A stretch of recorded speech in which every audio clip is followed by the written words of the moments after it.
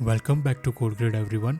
Recently, while browsing awards, I stumbled upon this award-winning website which had this amazing 3D scroll animation. Since a few of you have asked for this concept lately on Discord, I thought it was worth giving a try. So I decided to dive in and recreate this 3D scrolling effect myself with the help of GSAP and ScrollTrigger. I was able to rebuild this by tying the translate Z values to the scroll, allowing us to dynamically update each item's transforms with JavaScript. If you find this video helpful, don't forget to hit the like button and subscribe if you haven't already. Now, without further ado, let's dive into the code.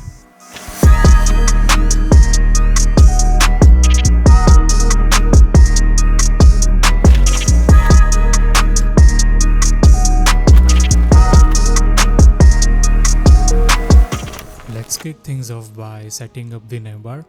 It's pretty common in all the videos, so I won't go into too much detail here. We'll also throw in a footer to avoid having an empty looking page. Next up, we are creating a container that will hold everything related to our slider. We'll start with a wrapper for the active slide and include all the images. Later, using CSS, we'll stack these images on top of each other, and using JavaScript, we'll adjust the opacity of each image depending on which item is in the forefront. Now onto the main element, our slider. Each slide will have its own wrapper containing both text and image.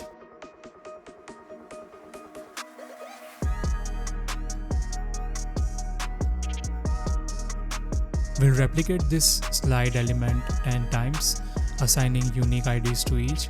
These IDs will help us position the slides at specific distances behind each other using CSS. And that's it, time to dive into the styling. First up, let's reset all the margins and paddings and set box sizing to border box. On the body, we'll apply a background color of black. Next, we'll apply some generic image styling to make sure they fill their parent's width and height while keeping their original aspect ratio. We'll also define the font styles for links and text. Now I'll fast forward through the styling of the navbar and footer since they are not our main focus today. They'll simply use basic flexbox layouts.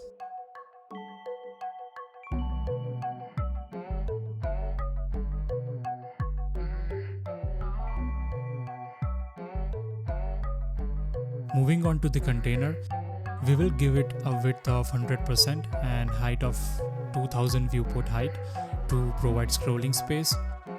Now the active slide, which indicates the current slide as a background, we'll use a fixed position, full viewport width and height, and set overflow to hidden. We'll lower down its opacity for a darker look.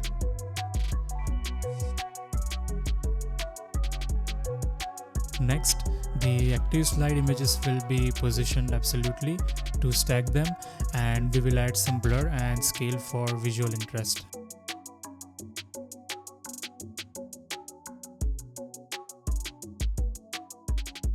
For the slider itself, we'll employ similar styles but define transform style of preserve 3D for that 3D effect and set a perspective of 750 pixels to adjust the depth perception between slides. Feel free to pick this number to see how it affects the distance illusion between the slides. Now each slide will have a specific width and height with some general text styling for the copy.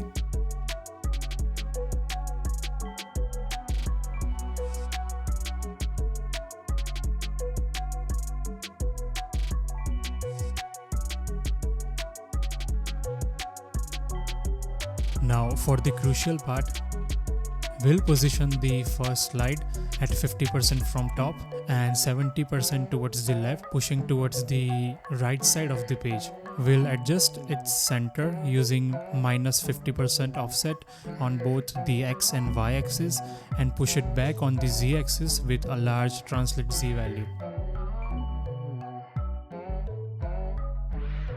To alternate slide positions between the right and left, we'll use 30% and 70% left values alternatively for each slide.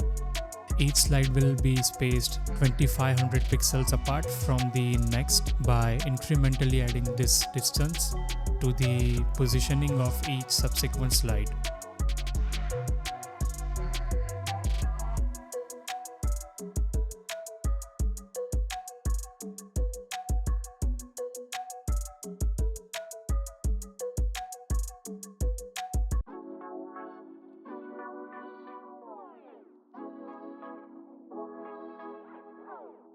And with that, our base setup is complete.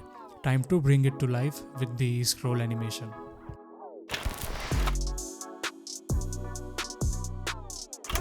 We'll kick things off by registering the ScrollTrigger plugin with GSAP. Once the window loads, we'll grab all our slides and the images within the active slide container and wrap them into arrays which we can easily work with. To get started, we'll create a function to grab the initial translate z value for each slide from its CSS transform matrix. This is crucial for knowing where our slides start on the z-axis.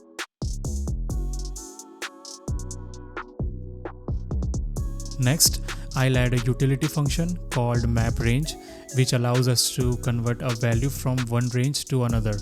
This is going to be useful for calculating each slide's opacity based on its current position. Now we will grab each slide and fetch its starting position using the getInitialTranslateZ function we created earlier. With ScrollTrigger, we set up a trigger for each slide based on the container's scroll position.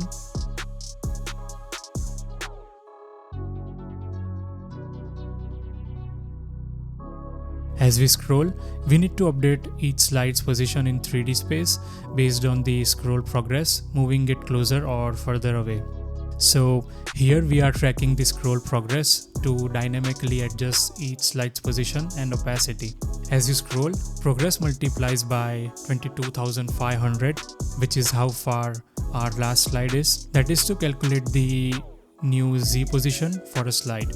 Depending on this Z position, we adjust the slide's opacity to become fully visible when it's between -2500 and 0 on Z axis and gradually less visible as it moves further back.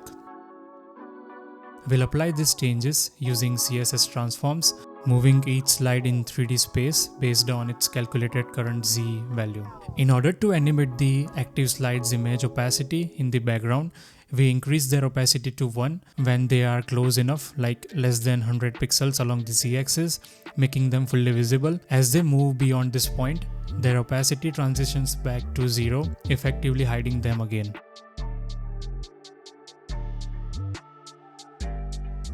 And that was it. Hope you find this video helpful. See you in the next one.